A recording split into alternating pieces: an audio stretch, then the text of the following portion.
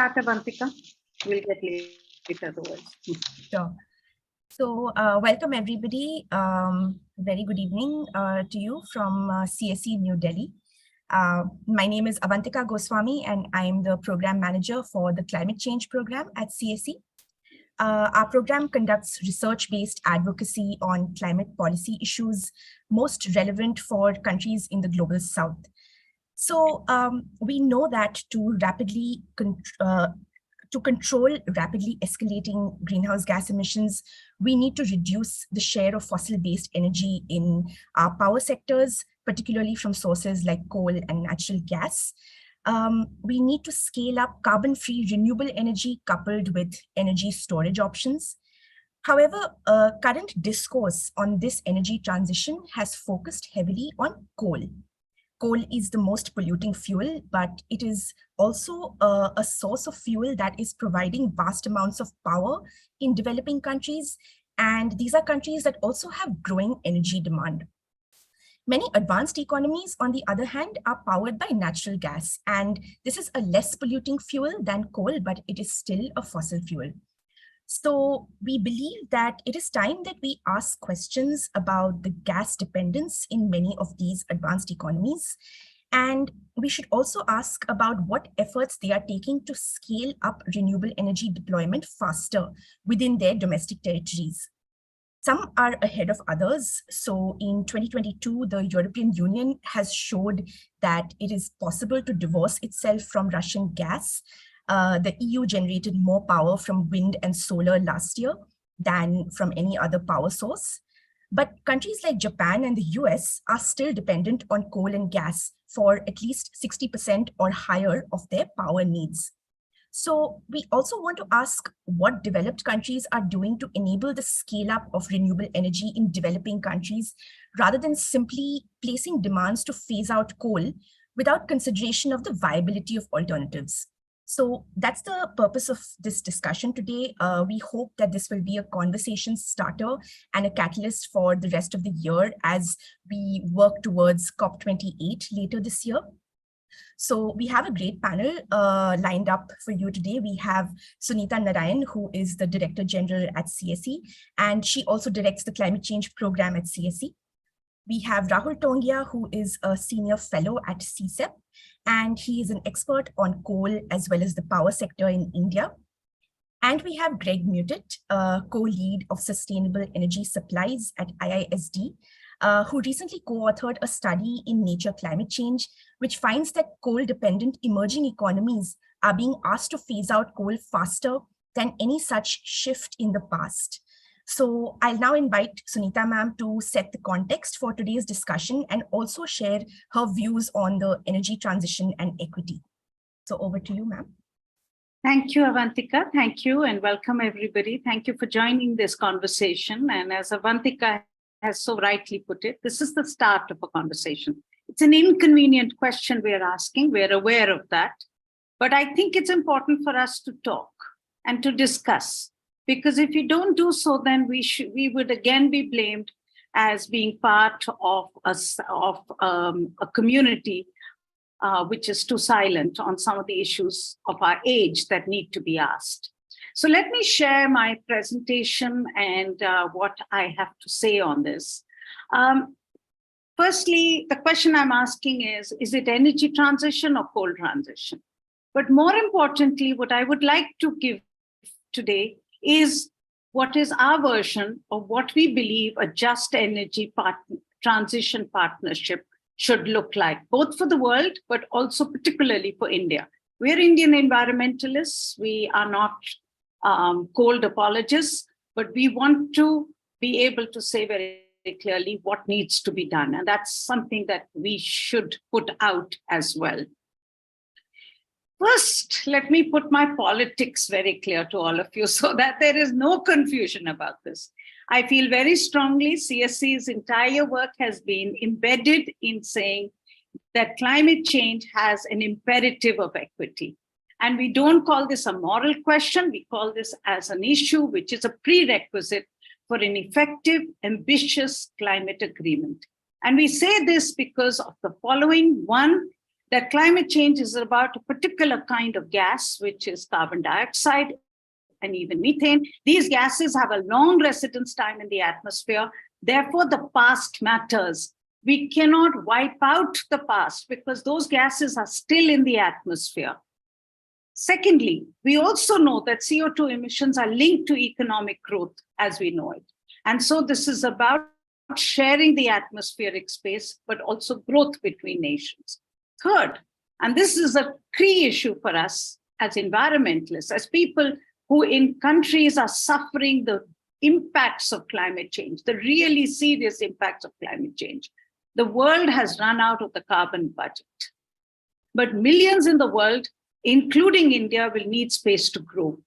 And this growth will add to emissions, it will add to climate risks. So this really is the question. We have run out of a climate budget. We know that we need to restrain CO2 emissions within the budget of 1.5 degrees centigrade rise. But even as the world runs out of the carbon budget, millions of the world need energy. And as they use energy, their emissions will increase. Therefore, if we want to do it differently, and that's why for us at CSE, we've argued for a rule-based climate agreement, these countries need concessional finance so that they can grow, but grow differently. We are not asking for charity, we're asking for it as part of the historical responsibility of countries. And so what we are saying is that energy transition must be based on this reality. Otherwise, we are accepting climate apartheid. So if you look at this number, I don't want to focus on it, just want you to look at this chart. You will see the yellow there are the 7 historical polluters, the red is China, and then there's India, and then there's rest of the world. That's when it comes to current emissions. If you look at this chart, and this is the appropriation of the global carbon budget, the contribution of each country to world emissions up to 2019 and then up to 2030. And if you will see here, then the rest of the world, including India, will be 24 plus 4%. That would be the only contribution even up to 2030. And this is even keeping in mind that India will grow. So please, let's keep this pie chart in mind as we discuss the imperatives of action that needs to be taken. So the question for today is, are we talking about an energy transition or a coal transition? Why is phasing out coal in the South the target for energy transition? And the facts are, number one, coal and natural gas are both fossil fuels. Coal is more polluting, but natural gas has half the CO2 emissions of coal plus methane. 2, coal has been burnt by the industrialized North, and of course now by China as well, for decades. And the stock of CO2 emissions from coal are present in the atmosphere. This stock of emissions is what is forcing temperatures to rise. This stock of greenhouse gas emissions is what is leading to the enormous pain and destruction in our world today and affecting the poorest because of climate change.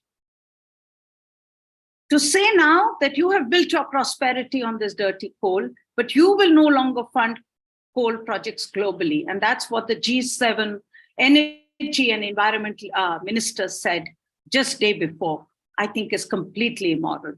And this is particularly because 70% of the world, which is now dependent on coal, is not responsible for the stock of greenhouse gas emissions. And as I showed you, will have a very small part of the total carbon budget even by 2030. But let's forget the question of morality, because nobody wants to talk about moral lessons, though it's an imperative. It's also completely unfeasible when you take climate reduction. The fact is the industrialized North has moved to natural gas as a replacement for coal. And this is in spite of the welcome announcements of solar, offshore wind. They still consume vast amounts of fossil fuel way beyond their share. So what Avantika gave you the figures, which is good news that EU is increasing its renewable energy share, but EU is still dependent on natural gas and to some extent coal as well, when it should not be. It's overused its share of the carbon budget. But worse, and I think this is really what should be discussed, is that drilling for new oil and gas has increased in the past year. However much we may hear that this is temporary, and I keep hearing the very nicely worded words called emission abated natural gas, but the fact is that IEA scenario says very clearly that to keep the world under 1.5 degrees centigrade increase, there can be no new drilling for oil and gas. So on one hand, there is new drilling for oil and gas because that is what is needed for the industrialized North. And we are being told there will be no funding for coal. Now, this is the question that is in front of all of us. And this then shifts the burden of energy transition to the part of the world which is coal dependent, and this is completely unrealistic. It makes the fight against climate change more difficult, more intractable. So what then, and I have 10 minutes, so I just want to quickly run through to explain to you what I think then and what we think at CSE are the elements of an effective just transition partnership. One, we think we definitely want to see deeper and faster decarbonization by the countries of the North. Transition has to be both for coal and for gas. And this has to be based on the contribution of countries to the stock of emissions in the atmosphere. You cannot increase the share of gas and you cannot call it green, as the EU has done in its new listing of what is green fuel. Natural gas, which is cleaner than coal in terms of local air pollution, is needed for countries like India. Today, because of EU's demand for natural gas, it is literally jeopardizing the energy transition in our world. We cannot afford natural gas today. And as far as we are concerned, JETP has to be a carrot for clean energy transition so that the new demands for energy are met with renewable energy. It should not be a stick on coal. Countries of the South need additional capacity for energy generation and not replacement. And the replacement agenda should be the agenda for the global North. So what then is the framework for JETP for India that we would like to suggest? One, we need to stop the use and replace coal in millions of industrial boilers. All industrial applications which are leading to huge pollution, local air pollution in our country, must move to electricity because it is much easier to clean source pollution from electric coal-based power plants than it is from millions of small boilers which use coal today because it's the only source of energy that they have. We need a mobility transformation. And I'm not talking about it as a transition, a transformation.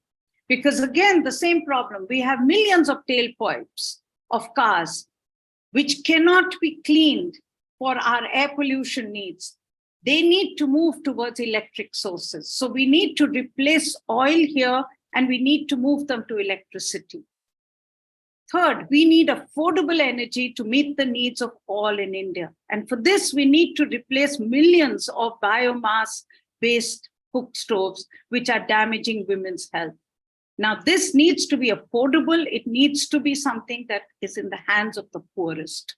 And in all this, we need to grow our energy system. Our per capita energy consumption must at least double by 2030. So we need to grow. We cannot be told today that we cannot have more energy. So what then should be the demands for JETP? One, we should reduce coal dependence by 2030 in the electricity mix, something that the government of India itself has said under the Central Electricity Authority from 70% to 50%. They have said 54%. We would like it to be more aggressive. And this is even as we double our energy consumption. We need to increase the target for renewable energy from 450 gigawatts in 2030 to 650, 660 to 700. So please note, I'm not talking about phasing out coal. I'm talking about reducing the dependence on coal. It's a big difference in what we are asking for. Now, if we are talking about this, we need to accept that we will need global financing because the cost of new renewable energy installations are still higher than new coal-based power plants. The reason is that even if you compare them in terms of megawatt terms, they're roughly the same. But grid-based solar energy requires 4 times more land than thermal power plants for the same energy generation. The PLF of solar plants is close to 20, whereas for coal, it could be 60 or 70%, which means that you generate more energy and therefore your cost goes down. And that means the cost of this capital is much higher. So the focus on JETP for us must be for concessional finance for this augmentation on RE. Add, not replace, should be our mantra. If you look at this chart from the CEA, actually, this is what I'm depending on. Maybe we're asking for a more aggressive roadmap, but actually the government's own agency has said that we will have an installed capacity of 362 in 2019. This will be increased to 817. Generation will also double.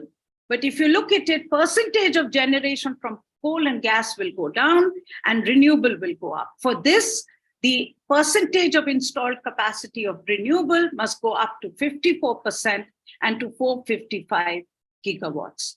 So this is really a plan that the government itself has put out, and we are simply saying, we're endorsing this, and we are saying we can be even more aggressive in the renewable energy transition for growth, not for phasing out coal, but for growth.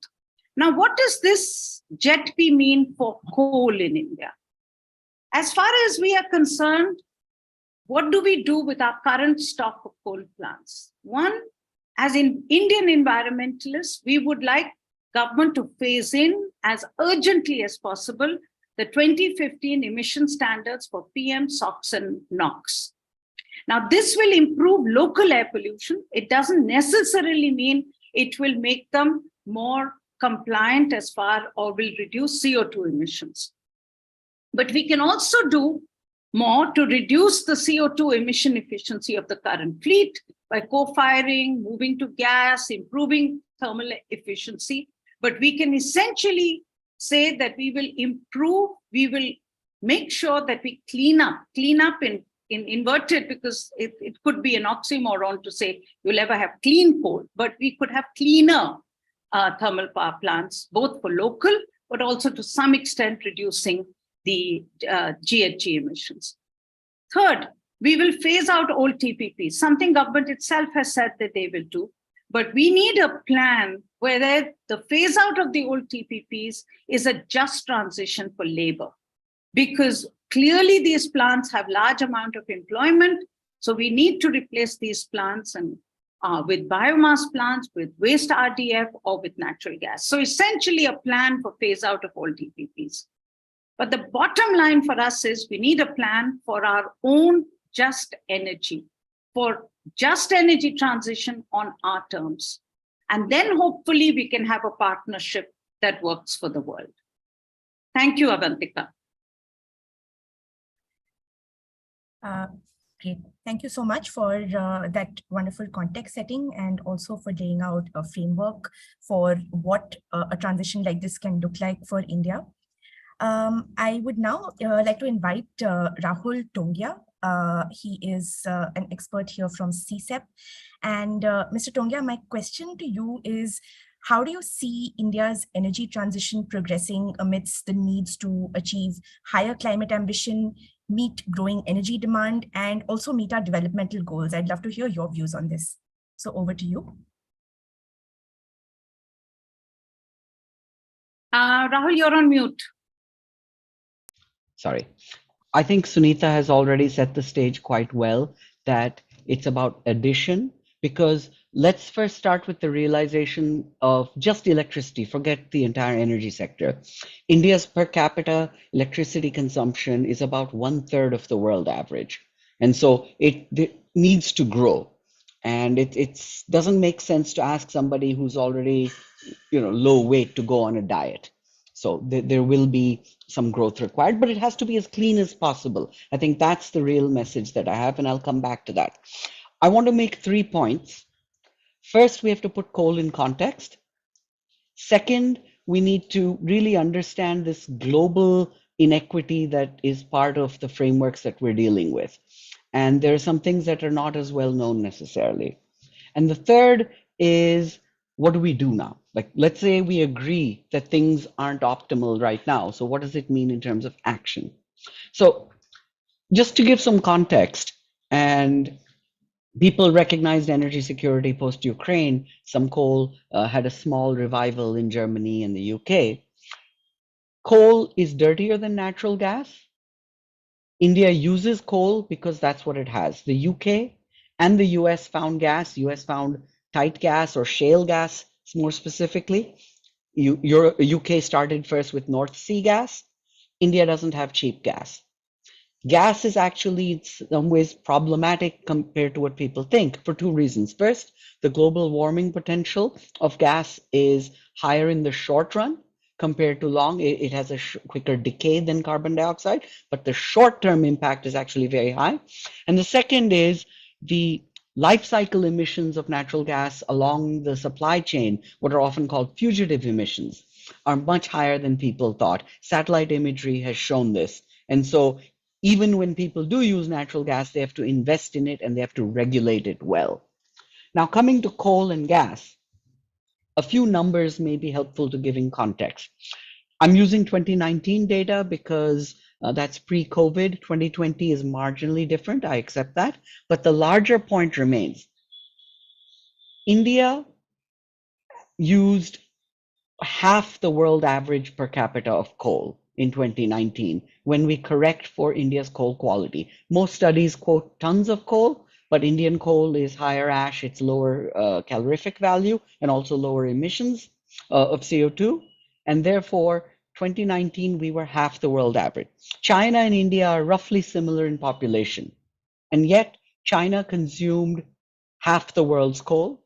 India used 10% of the world's coal. So those are very stark differences, and yet India is the second largest consumer of coal only because it's a very large population. In fact, I believe this week it became the largest population on Earth.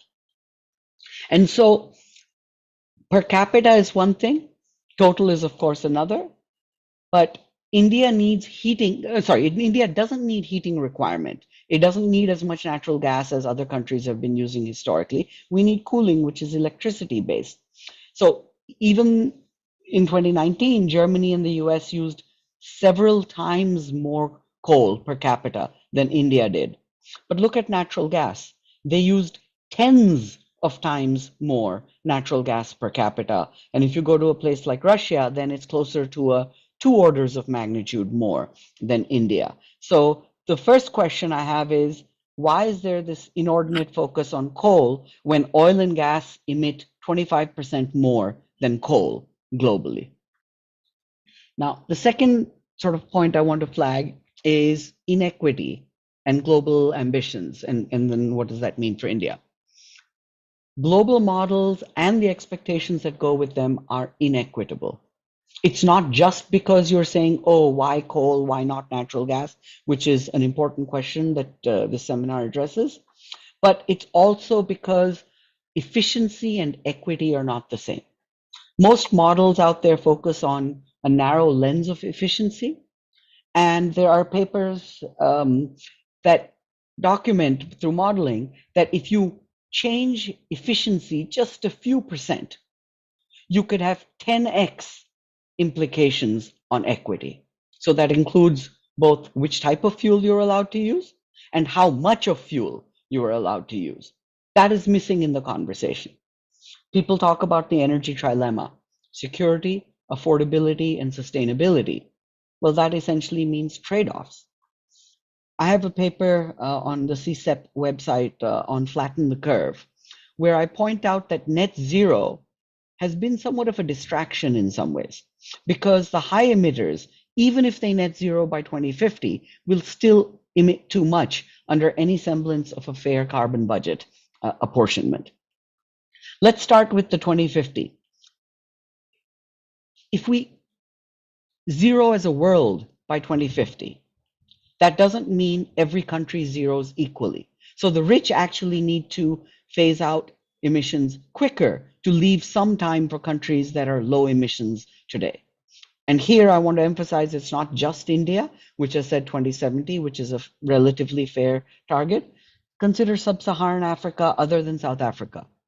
Their 1 billion people use only marginally more, or sorry, emit only marginally more fossil CO2 than the 10 million people of the UAE. So that's a 100x differential that we're talking about. Cumulative emissions are all that matter. And I think looking at Sunita's two date points, let's say we'll look at 1990, because 1850 or 1900, you had colonial issues and many other things. 1990, the whole world knew what was going on. So even post 1990 is a good point where we should look at cumulative. And even if we do apportionment ignoring cumulative, that's a freebie, which doesn't need to be there. Even then, the carbon apportionment is not matching what countries are doing. So, for example, UK was the best of the G20 countries and the major economies in terms of decarbonization rates.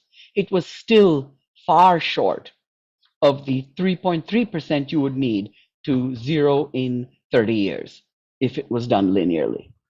The second problem with a lot of these discussions is the rich are not doing enough because they deem it impractical. And I think Greg will, of course, talk about practicality based on his really cool paper that he had and his co-authors had done.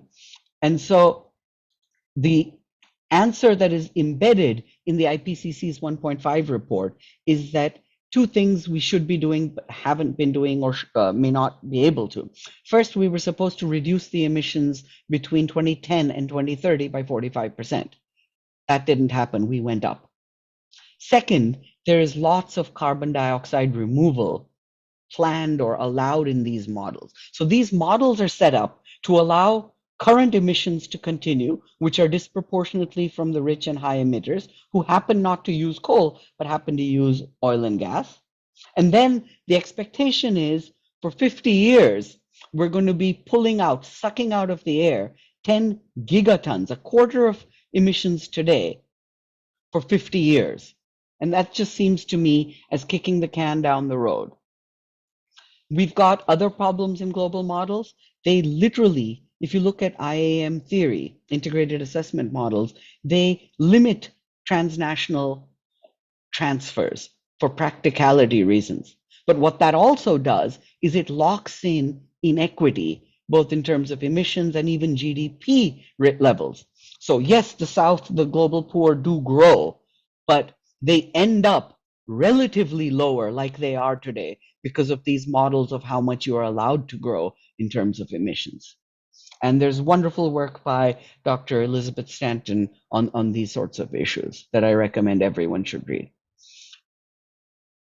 Now, as Sunita pointed out, equity isn't just about morality, it's about practicality. And there are 4 reasons that we have to address this issue. First is, otherwise people start to play games, whether it's in accounting or it's in terms of their target setting. Second, embedded carbon or imported carbon. The UK in 1990 had 10% of emissions embedded, which is not part of their national accounts. By 2019, it was 41 or 42%. For a country like Switzerland, it's close to 250%. So we really need to have better accounting. Third, there's a lot of countries relying on offsets, and I'll come back to them in what we should or should not be doing. And a lot of people point out that they're mostly dodgy offsets.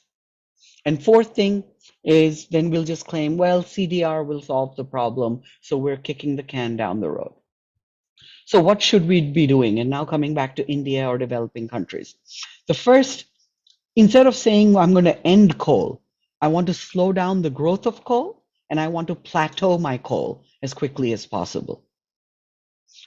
The good news is renewables are cheap. Wind and solar is very cheap, and we will grow it extensively. And that's what we should be doing. The bad news is that not in the short run, but after a point, wind and solar are not enough. You will need storage, which is still expensive, and you will need transformations of your grid, which will take time. We are going to enter a situation soon where in the middle of the day, we are surplus because solar is so cheap and abundant, and we will be struggling or putting in lots of effort or cost to manage the evening peak. That is the reality that countries will be facing.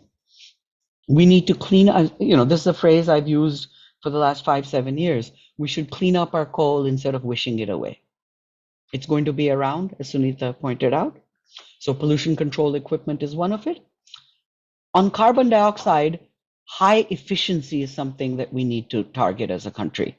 And here I'll give a benchmark that specific coal consumption is a measure of how much coal you need per kilowatt hour of electricity that you generate.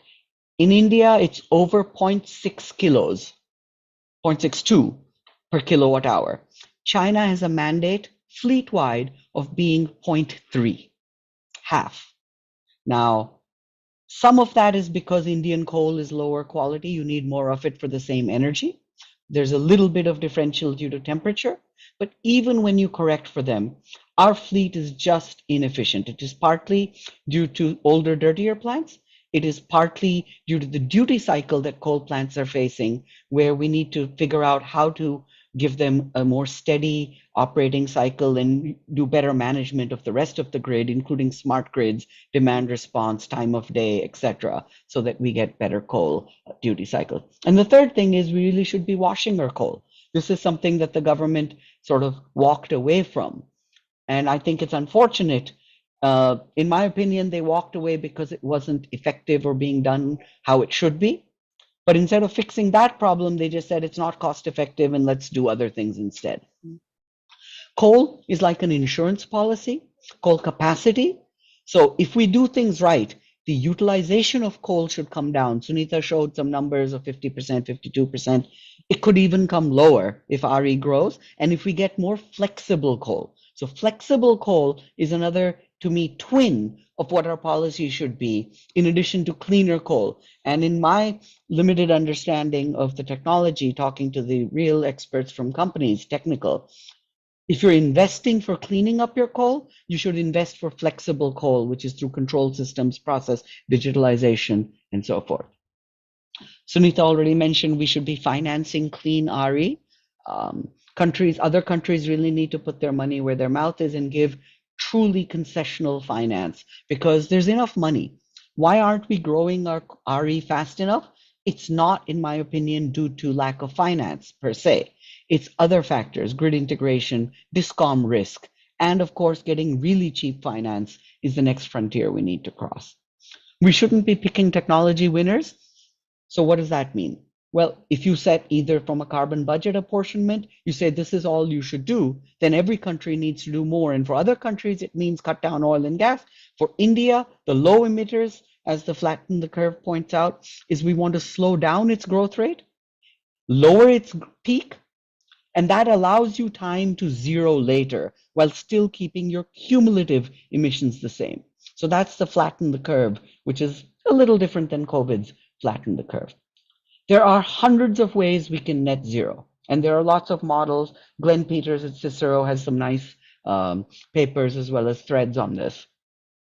We're just globally coalescing around this belief that, okay, let's cut coal because it gives you maximum bang for buck in terms of emissions per unit energy, which is scientifically true, but practically impossible.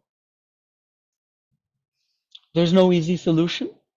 And ultimately, one lens is it's not that there are painless solutions or what Kevin Anderson says, there are no non-radical futures left. It's either going to be radical to abate or it's going to be radical in terms of impact and adaptation. So we've got to be aggressive.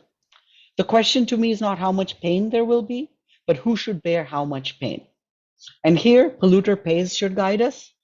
Wealth should guide us because those who can pay, if you just say, I want fraction of GDP as one measure of what we should be going above and beyond, then countries like India are actually doing quite a lot. The good news is leapfrogging is real. And that's where wind and solar really need to grow. We have a paper that points out that levelized cost of energy is a poor measure because that makes solar look the cheapest.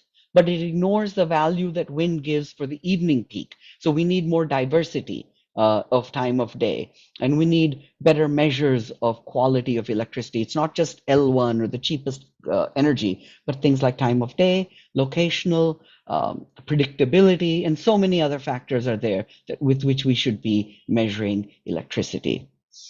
The really good news, I mean, I'll first restate the bad news. We will need more pain and more expense when we hit these walls that are inevitable.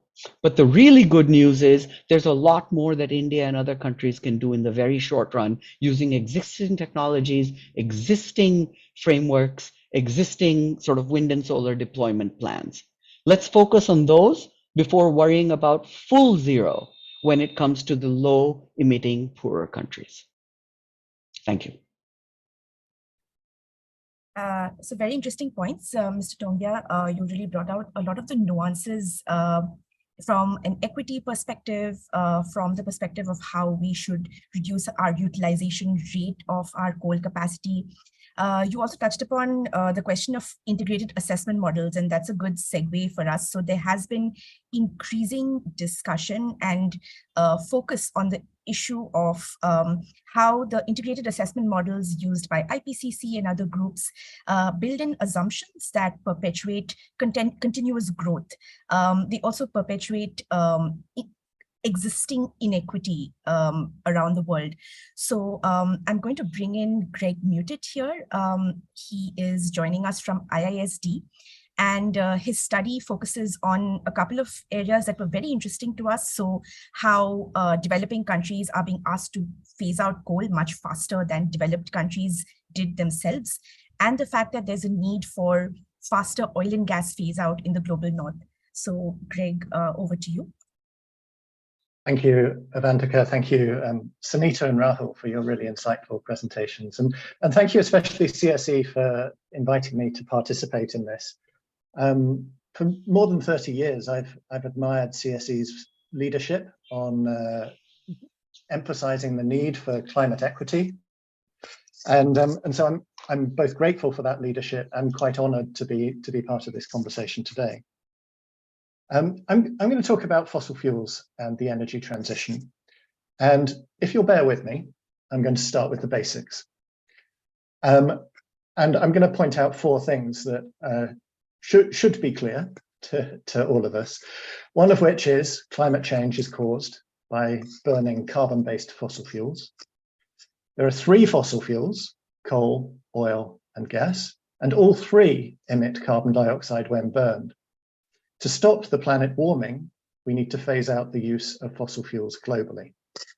Now, to me, as I say, these are the basics, but you would be forgiven if you're paying attention to international climate policy debates for thinking there's only one fossil fuel, namely coal. And so what I'd like to talk about is why so much of this discourse is focused on phasing out coal and so little on phasing out oil and gas. Now, one key reason, of course, is political.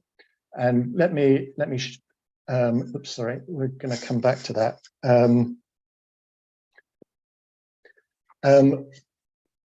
There is a big difference between countries in terms of how coal features in their energy systems. So my data are also from 2019. In that year, coal provided 22% of power generation in high-income countries, compared to 54% in low and middle-income countries. And in general, the more dependent or reliant a country is on coal, the harder it is and the longer it takes to phase it out. The same with any fuel. And I've put three specific examples here. Coal accounted for 65% of power generation in China, 73% in India, and 89% in South Africa. Now, compare that with the two countries at the bottom, which are the leaders of the Powering Past Coal Alliance, which is a grouping established to encourage the phase out of coal power. In those two countries, in Canada, coal generated just 6% of power, in the UK, just 2%. And that makes the phase out task in those kinds of countries much less challenging. Incidentally, both of those two countries have rejected calls to phase out oil and gas production. Now, the COP26 summit in 2021 in Glasgow was the first to formally call for reducing fossil fuel use, but it only focused on coal. The media narrative, at least in the global north, as you see in this slide, generally blamed India and China for watering down the ambition of the decision text from phasing out to phasing down coal. Following year, last year, at COP27, the Indian government proposed that all fossil fuels should be reduced, not just coal, but also oil and gas. And this, in my view, was a very reasonable proposal, which aligns with the science, but unfortunately did not make it into the final text of COP27. So we looked into this question of why so much focus on coal in a paper I co-authored, which Sunita and Rahul kindly mentioned. It was published in the journal Nature Climate Change a couple of months ago. And one culprit in this story is the integrated assessment models, which are used to describe futures of the energy system, for example, in IPCC reports. These models strongly inform policy debates. Now, I would certainly agree with the broader critique that Rahul made of the models, their built-in failure to address equity. And there's a lot of interesting work on this at present, which the other panelists mentioned. I would add to that the work of Tejal Kanitkar on specifically this question. But what we did was we looked at it more narrowly in our paper. We thought, even before you go into the moral issues, as Sunita put it, what the models are proposing even realistic? Is it even feasible? Let's question this really much more on the model's own terms, and focusing on practicality, as we were talking about. Now, what this next slide shows you is that, taken from the IPCC's 6th assessment report, published in particular the 3rd Working Group 3, published last year, in the median 1.5 degree pathway, coal power decreases globally by 87% by 2030 and by 96% by 2035. Now, what that entails, what that means is that countries that are coal dependent in developing and emerging economies would have to essentially replace their entire power generation fleet within about a decade. Compare that with the other two fossil fuels, global gas power generation, 60% of which occurred in high-income countries in 2016. It falls by just 14% by 2030, compared to 87% for coal. Overall oil use falls by just 10% in that same period. Now, the question I ask is, does this rapid coal phase out, but slow oil and gas phase out, reflect a reasonable or even realistic sharing of effort? And in my view, it doesn't. To try to answer that second question about, is it realistic? We compared the coal phase out in the models with the fastest transitions the world has ever experienced historically. So this next graph, what this graph shows you is that for each of the countries of the world, each country is one data point on this graph. It shows for each country the fastest reduction that country has experienced in any fuel share of power generation over any 10-year period in the last 60 years. So in essence, each country's fastest single power transition or reduction in one fuel share of it. Now what you see is there's a big variation between countries. Some countries lower down in the graph have seen quite significant transitions over the course of a decade. Others at the top haven't. And in this graph, we've plotted it against the size of the system, the amount of electricity generated at the time the fastest transition took place. One thing you can see from this is that the fastest transitions have been achieved in the smallest power generating systems, i.e. to the left of this graph. So as an example, Malta, which has achieved the fastest, but it only has one power station. That power station was converted from fuel oil to gas over the space of just a few years. And so it achieved 100% transition. Larger systems take longer to transition because they have more power plants, more workers, more infrastructure, and so more inertia, like in the analogy of trying to turn a supertanker. So many of these historical transitions here were policy-driven responses to the oil price crisis of the 1970s. So the brownish colored ones there are oil transitions, and you see many are in the 70s. Others were driven by wars, such as Iraq losing access to Iranian gas during the war that began in 1980, or by other geopolitical events, such as international sanctions or the collapse of the Soviet Union and so on. And on this graph, we've marked these two red lines. And the top red line shows what we call the average of countries' fastest transitions. So across all countries, this is the average of their fastest transitions. And the other one we've called the world record, which shows the limit of the fastest transitions by the fastest countries. So only if a small number of countries are close to this line. Now, let's look in this next graph at what does a typical integrated assessment model propose for coal phase out during the 2020s in the 10 largest coal consuming countries, and how does this compare with the historical record? And what you can very quickly see here is that the implied transition in China, in India, and in South Africa is roughly twice as fast as any power sector transition achieved in any country historically, relative to system size. And given that the record of the last 60 years includes all these major policy efforts, doubling the rate of transition compared to the historical record sounds to me pretty unachievable, let alone fair. And this is just based on the inertia associated with large power systems. This is before we consider equity issues such as differentiated historical responsibility, financial capability, or social needs. Greg, we've lost you. Oh, can you hear me now? I can hear you still. It didn't break for me. Okay, sorry, Greg, go ahead. Must be something wrong with my connection. Fine, sorry. Okay, apologies, Sunita.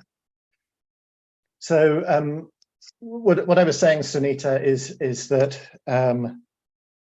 it strikes me as unrealistic to ask countries such as China, India, and South Africa to transition twice as fast as previous transitions have taken place. And this is based purely on the size of the systems and the inertia involved. This is before you go into equity issues. Now, when the Powering Past Coal Alliance was established in 2017, it proposed a differentiated phase-out timeline by 2030 in OECD and EU countries, and by 2050 elsewhere. And this next graph shows those same 10 countries, if they adopted that original 2030, 2050 phase-out timeline. Now, what you can see here is that some countries, including India, are close to the limit, the limit of what has been achieved in transitions in the past, but they're not faster than it.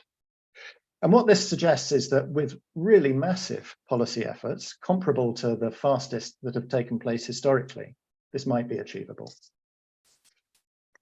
What you also see is that some countries where coal plays a smaller role in generation, such as Russia, may be able to move faster than that original timeline.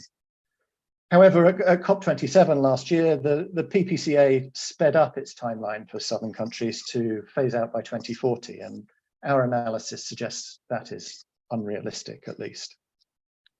Now, in our study, what we next did was we used an integrated assessment model to say, well, what if you slow down the phase out of coal to the 2030 and 2050 phase out timelines that are suggested here, that were suggested originally by the Powering Past Coal Alliance.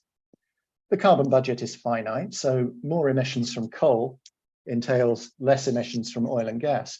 So in this scenario, we find that global oil and gas use and production must be reduced correspondingly faster. This has a different impact on different countries. This next slide shows you the impact on oil and gas production in different countries and regions of the world. For example, the United States cumulative oil production from 2020 to 2050. It's indicated by the green bars on the right. It's 20% lower than in a default 1.5 degrees pathway. So even without this change in ordinary IPCC 1.5 degree pathways, oil and gas production must decline. What we find is that they must decline faster if we don't assume unreasonably fast decline of coal. Notably, the US is still seeking to increase its oil production, as Sunita mentioned, making the gap even larger. The other thing we found in this new scenario was that the countries of the global north must reduce their emissions twice as fast as the models are currently proposing when you adjust this coal phase out pace. So far from the narrative of COP26 that it's countries like India or China that are not doing enough. This suggests that it's also countries of the global north that are doing considerably less than what is required. Now, let me conclude. I want to draw three general conclusions. Firstly, all three fossil fuels must be phased out. There's been too little attention to oil and gas and too much focus only on coal. And once you recognize that, you see that all countries, especially those in the global north, must do more to reduce their emissions and their fossil fuel use. And there are efforts towards COP28 later this year to follow India's lead in pushing for language calling for a reduction in all three fossil fuels, not just coal. Secondly, greater emissions from one fuel or one country require lower emissions from another fuel or another country. The balance between the reduction rates of the three fossil fuels, as well as between countries, matters. And third, countries with higher levels of reliance on a particular fuel will find it harder to replace that fuel and will need more time to phase it out. And that has to be taken into account in proposing any viable global pathway. I want to finally, in the interests of sparking conversation, say a little about what does this mean for India. Now, India is a highly climate vulnerable country. It's already facing severe impacts from heat waves in particular, and other climate impacts too. And that is after the world has seen an average of about 1.2 degrees of warming.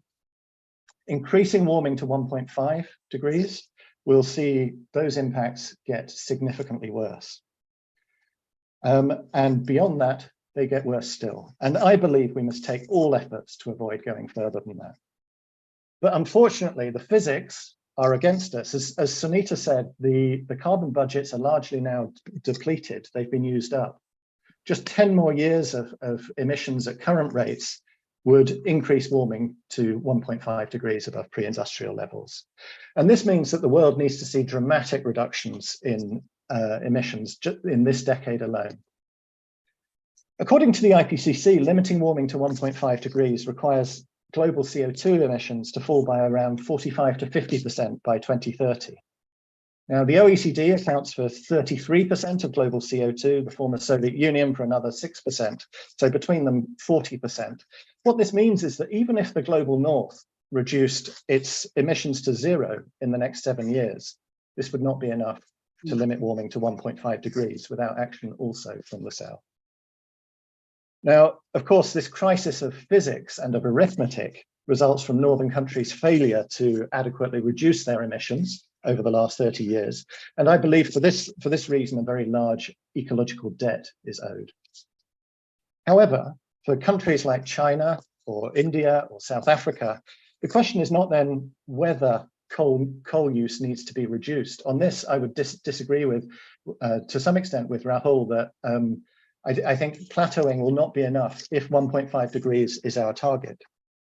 If we want to avoid spiraling dangers above 1.5 degrees, the question of whether we need to see reductions is already answered by the physics.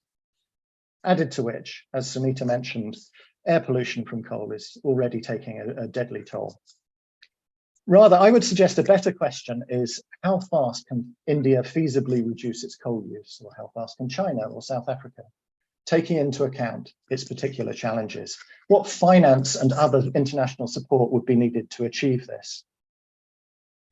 In our research, we suggested one pathway which looks into issues of practicality and feasibility. It would see countries like India phase out coal as fast as any country has phased out, ever phased out any power generation fuel. But to do this, very significant climate finance would be needed, considerably beyond the unmet promise of $100 billion a year globally. And it needs to be cheaper finance than is currently available. The other two speakers both emphasized the importance of concessional finance.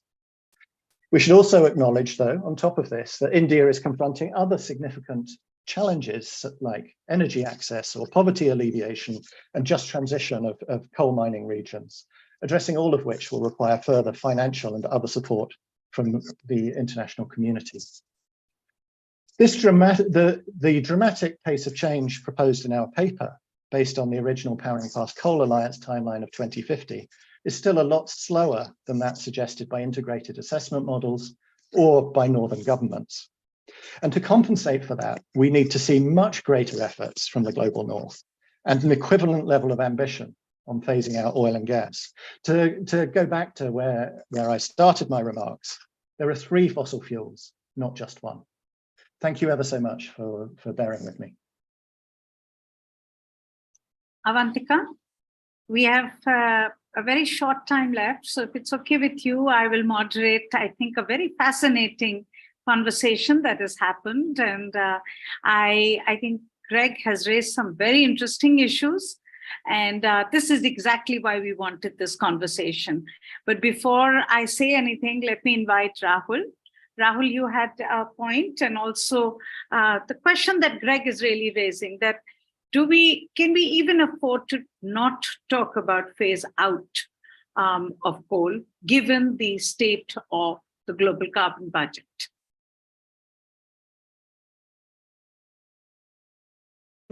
I want to just directly clarify to Greg that I'm stating this like saying, let's walk before we run.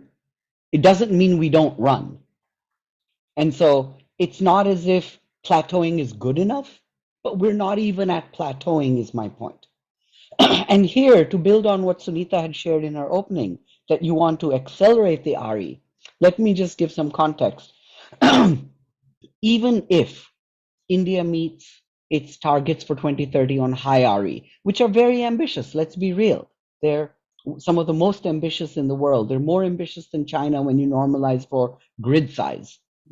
China's grid is 6 times larger, so its absolute numbers are astronomical.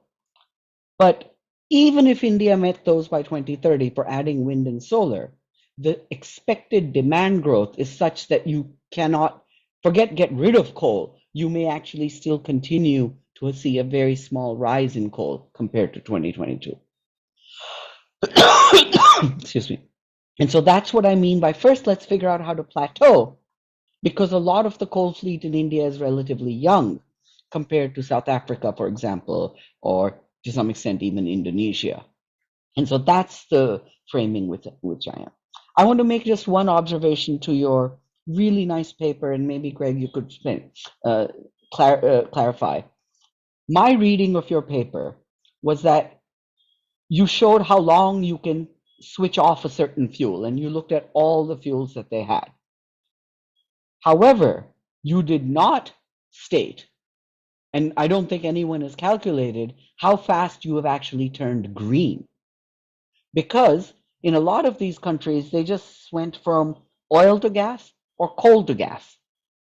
They did not actually go to RE, which is what we need to be doing.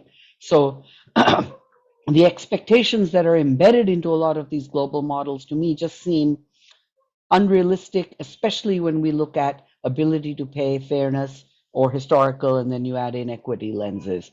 Am I correct in my understanding that, I mean, just because someone got rid, like Malta, you said they had one oil plant and then they made it something else.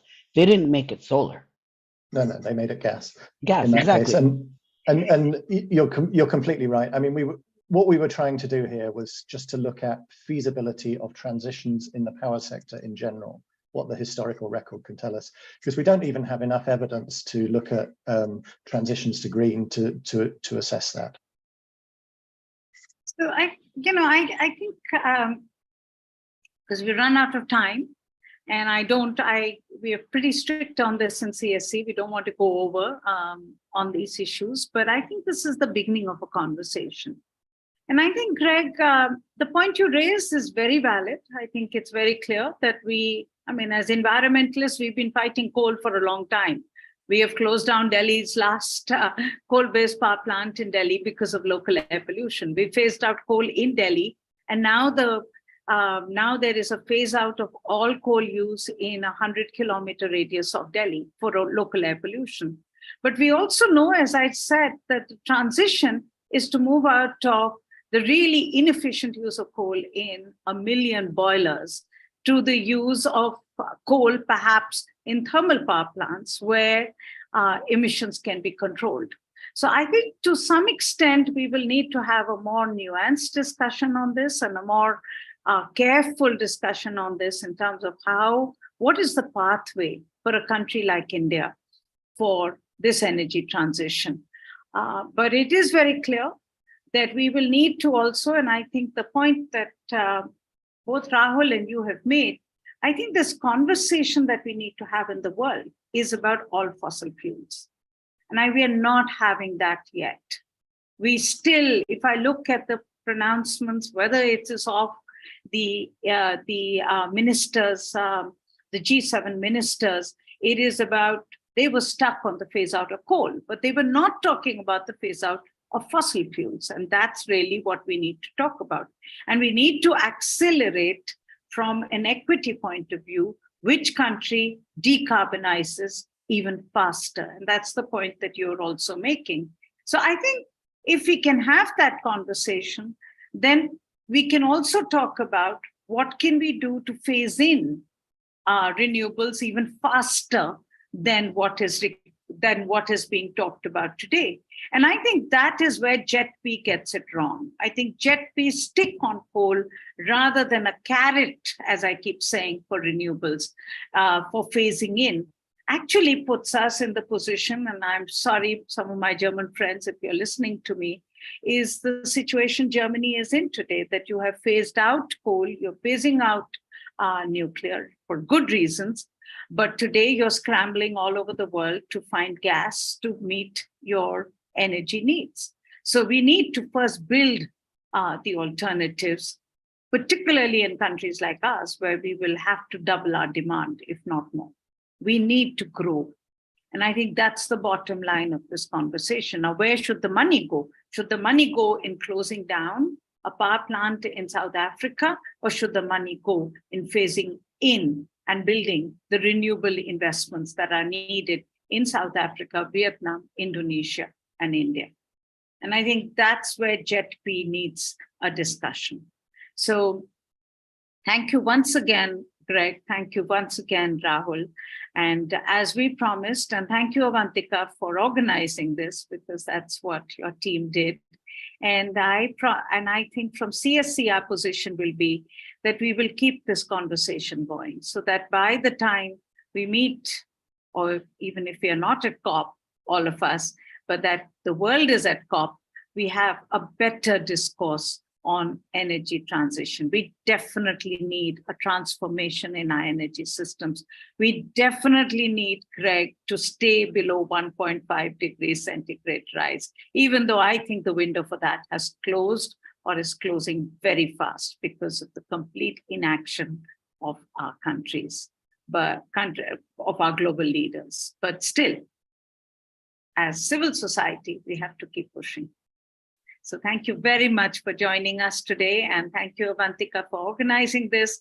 And we will keep the conversation going. Thank you, everyone, for joining. Thank you. Thank you. Thank you, everyone.